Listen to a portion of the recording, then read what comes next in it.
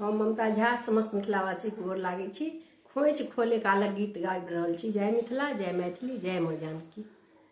चलू देखू सखी भौजी के खोइछा में, भौजी के खोइछा में हीरा मोती। चलू देखू सखी भौजी के खोइछा में, भौजी के खोइछा में हीरा मोती। चलू देखू सखी जो भौजी हेती पंडितक बेटी, जो भौजी हेती पंडितक बेटी।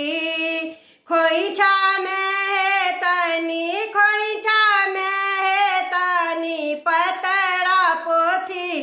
चलू देखू सखी खोइछा में है तनी, खोइछा में है तनी पतरा पोथी। चलू देखू सखी भौजी के खोइछा में, भौजी के खोइछा में हीरा मोती। चलू देखू सखी जो भौजी हेती राजा के बेटी, जो भौजी हेती राजा के बेटी।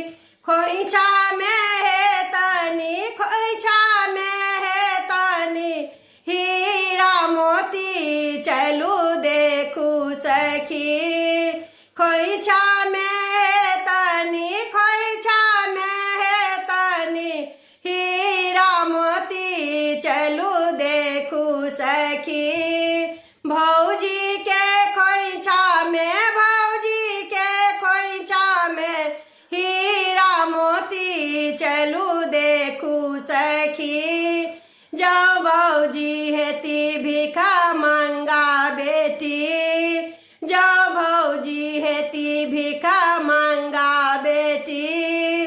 खोइछा में है तनी, खोइछा में है तनी धान दुई भाभरी। चलू देखन सखी खोइछा में है तनी, खोइछा में है तनी धान दुई भाभरी। चलू देखू सखी भौजी के खोइछा में, भौजी के खोइछा में हीरा मोती। चलू देखू सखी भौजी के खोइछा में, भौजी के खोइछा में हीरा मोती। चलू देखू सखी। धन्यवाद।